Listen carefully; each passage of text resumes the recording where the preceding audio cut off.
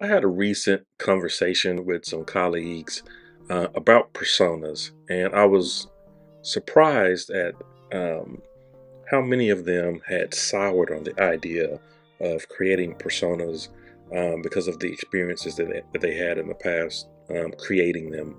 And it got me to thinking about, are personas dead?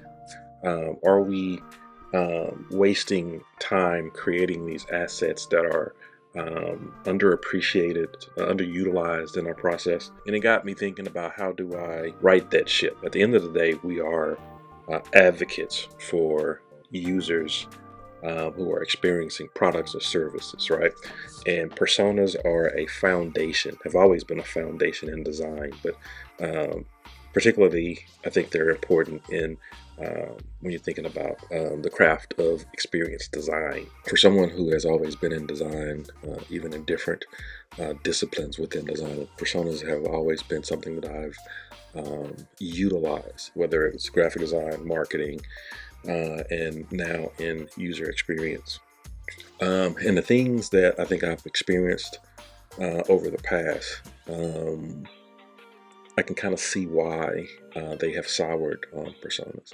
And I think part of it is, I think we need to have a clear definition of what we mean by user personas and how they differ from, say, marketing and sales persona. When I'm talking about user personas in the realm of user experience, I'm talking about that fictional representation of key user segment based on research.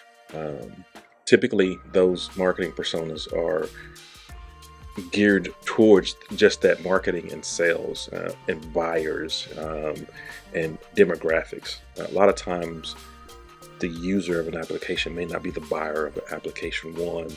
And two, I think the goal of experience or user personas are different than those marketing and sales personas. I think um, they are less about the demographic details, even though you can put some of that stuff in, age, education, salary, things of that nature that you would see in a marketing or sales persona.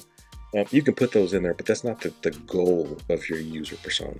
Um, you're really after the persona's behaviors, or this user segment's behaviors, their goals, and even the pain points that they're facing when they're trying to meet an objective, whether that's in your app or preferably, in my opinion, outside your app.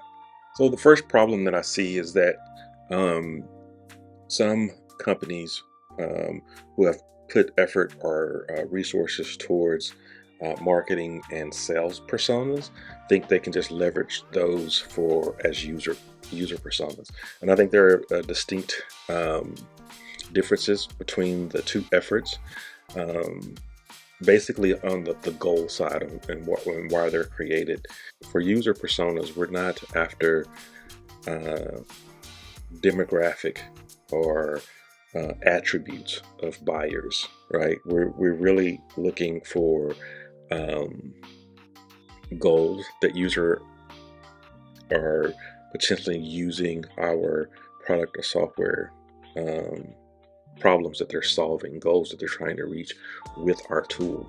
Um, Problem number two is more about um, company biased, looking through company colored glasses, rose colored glasses, or whatever your brand um, colors are. A lot of times, companies use internal knowledge to create these personas.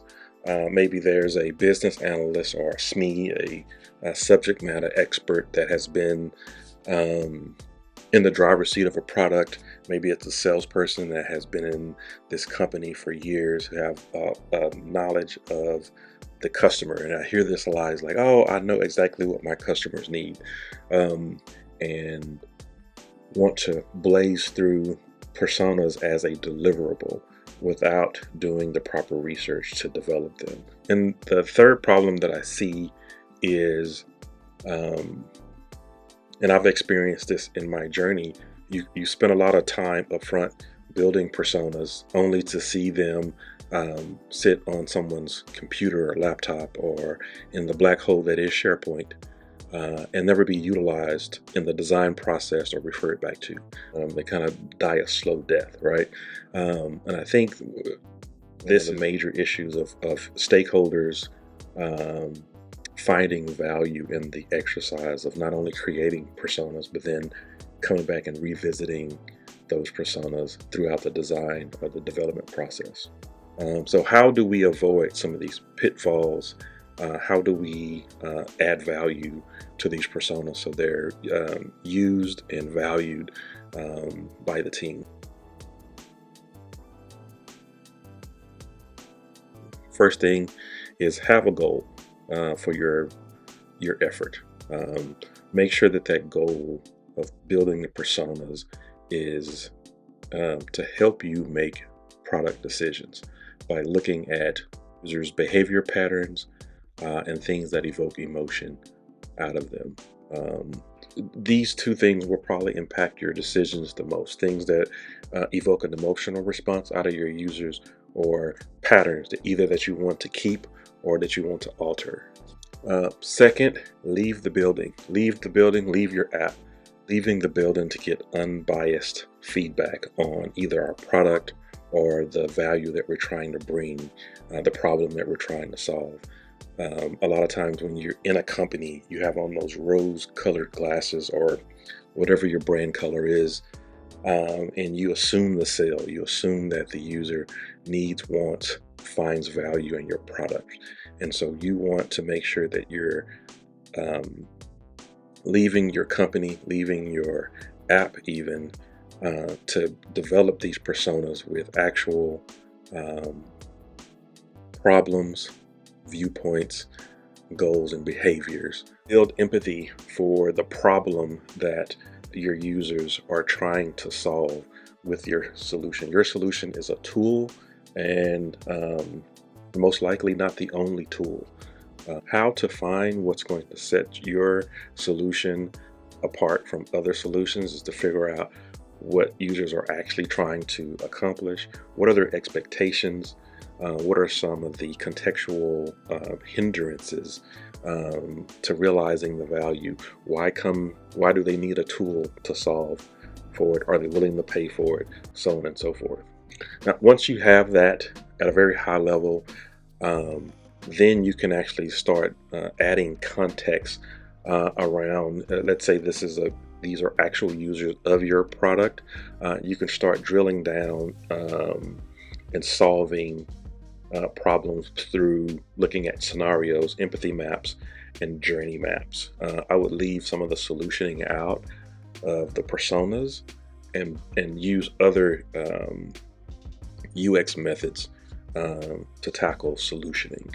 The personas should just be for user who you are trying to empathize with, who you're trying to understand.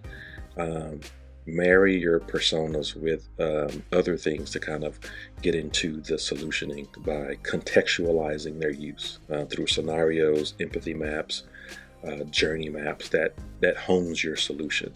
Create personas as a team, not just a team of designers, but your BA, your QA, your developer, stakeholders. Having that shared understanding of what you're trying to accomplish and who you're trying to accomplish it for has a great deal of value.